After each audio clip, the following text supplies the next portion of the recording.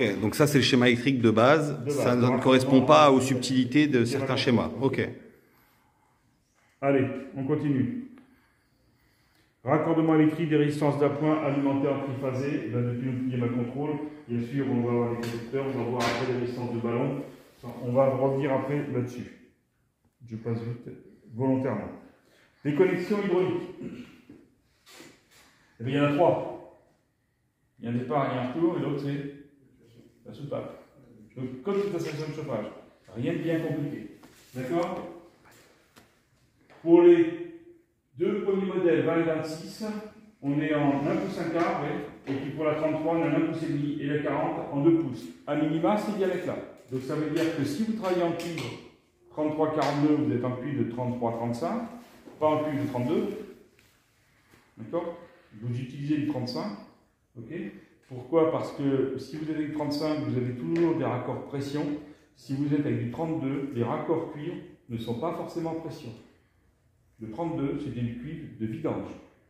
Donc ça ne s'emploie pas sur l'eau, okay, d'une manière générale, sinon vous serez embêté. Le 1 pouce et demi, donc ça correspond à du 40-49. Ça veut dire que là, vous allez prendre du cuivre, non pas 38-40, du 40-42. D'accord? Et le 2 pouces, c'est du 50-60. Ben là, vous prendrez du cuivre de 54. Ça va commencer à coûter cher, hein, l'histoire. Hein? Voilà. Bah, vu qu'on la vend pas cher, ça va vite. Vous verrez, là, c'est mon expérience qui parle peut-être un peu plus. Moi, si j'avais à faire ça de manière simple, ce n'est pas le cuivre que j'emploierais parce que c'est un coûteux. L'acier, ça demande du travail, c'est des filières, ainsi de suite. L'inox, ça s'attire, mais quel bonheur! Penchez-vous sur la question, après vous verrez. On vous demandera une vanne exogène, donc ça, c'est la vanne exogène de notre fourniture. Donc, qui dispose, elle, c'est une croix en laiton, on va l'avoir après sur la machine, de réduction et 2 cartouches. Donc, nous, ce qu'on vous demande, c'est d'en mettre une sur le point bas de l'installation pour qu'elle puisse se vidanger. D'accord? Si vous n'utilisez pas cette vanne-là, pour X raisons, ce qui serait dommage, parce que c'est fourni par Delitriche. Alors, c'est fourni, c'est à vendre. En accessoire, elle n'est pas fournie dans la machine. Les parts BDR sous l'entité de Dietrich, donc avec le corps de chasse dessus, donc gage de qualité. Donc allez pas voir ailleurs, mais des fois, je ne sais pas, si vous avez, allez ouvrir vos chakras ailleurs, et bien si vous mettez 2 autres soupapes, on vous demandera obligatoirement d'en mettre 2. Une là, une là. C'est s'il n'achète pas chez nous. Parce que l'intérêt sera forcément conséquent, je ne suis pas sûr. Voilà. Ok pour ça? Est-ce qu'il y a des questions là-dessus? Allez, la vanne de régulation manuelle. Donc, sur les modèles 20 et 26, vous allez avoir donc la soupape exogène, le filtre, qui est un accessoire à 500 microns qui est obligatoire. C'est pour éviter. Comment? Non, on a un filtre à eau qui est obligatoire à mettre, de filtration 500 microns. C'est un accessoire, donc on le préconise. Donc, obligatoire, on le vend, je veux dire. Donc, pour la 20 et 26, mettre une vanne de réglage. Pourquoi? Parce que la 20 et 26, on n'a pas de détecteur de débit d'eau sur la pompe à chaleur. On l'a sur la 33 et 40. Et ce détecteur de débit, il se fait par la connexion bus via le débit qui circule sur le circulateur.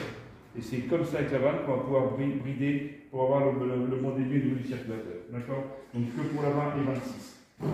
Le filtre, voilà, vous avez la référence de l'utile du filtre, qui est un accessoire qui est fourni, donc il y a aucun souci de ce côté-là. Tu peux répéter les autres? C'est pourquoi? C'est parce que sur la 33 et la 40, on a un flow switch dessus, c'est-à-dire un lecteur de débit à palette, donc on peut très bien lire, il n'y a pas de souci. Là, on ne l'a pas, et si on ne bride pas la pompe, eh bien, on aura une mauvaise lecture. C'est pour ça, tout simplement. Voilà, on est obligé d'avoir cette vanne-là. Et quand on va faire le fonctionnement de la pompe à chaleur, on va brider cette vanne-là pour que le circulateur tourne à 80% de sa puissance. Et après, on va avoir des lecteurs corrects. Si on ne fait pas ça, si on laisse à 100%, on n'arrivera pas à régler notre installation correctement. Puisque cette pompe à chaleur travaille avec 3 niveaux de débit en fonction de 3 delta T différents. Voilà. La technique est un peu à part, c'est-à-dire on va travailler avec un delta T de 5, avec un delta T de 7,5 et avec un delta T de 10. Si on travaille avec un delta T de 10, on a petite vitesse, moyenne et grande. Et si on ne cale pas ça sur cette pompe-là, sur le 20 et 26, c'est simplement l'information Modbus qui va, elle, nous régler la pompe. Mais si on n'a pas de résistance, ben, on ne pourra pas la régler, tout simplement. Alors, c'est là, on commence à faire les flèches, hein. Là, ça sent bon. Volume tampon, 5 litres minimum, hein. 5 litres par kilowatt, d'accord, okay. Donc ça veut dire quoi? Ça veut dire que quand on va avoir une 20 kW, eh bien, on y mettra un minima 100 litres. Pour la 26, 130 litres. Pour la 33, 165 litres. Et pour la 40, 200 litres. Donc ça veut dire que là, vous faites peut-être 100 litres, là 150, 200 et 200. Parce que 165 litres dans le commerce, vous ne l'avez peut-être pas trouvé forcément, vous voyez ce qu'on dit. 100, 200, 200 et 300. On peut mettre un peu plus, c'est pas grave. Okay, c'est pour limiter les cours cycles au niveau du compresseur. D'accord. Là, vous avez bon, les débits nominaux de la pompe, hein, 3,7, 4, 7, 5, 7 mètres cubes heure. Et là, vous avez les raccordements. Donc, on vous a remis dans le tableau ici les dimensions. Okay. Des questions là-dessus? Donc, 5 litres par kilowatt, c'est un petit peu l'habitude que vous avez sur les pompes à chaleur standard. Vous voyez, on n'a pas changé fondamentalement les choses. Hein. Ce n'est pas la peine d'aller surévaluer non plus le volume d'eau, mais il faut le mettre de manière adaptée.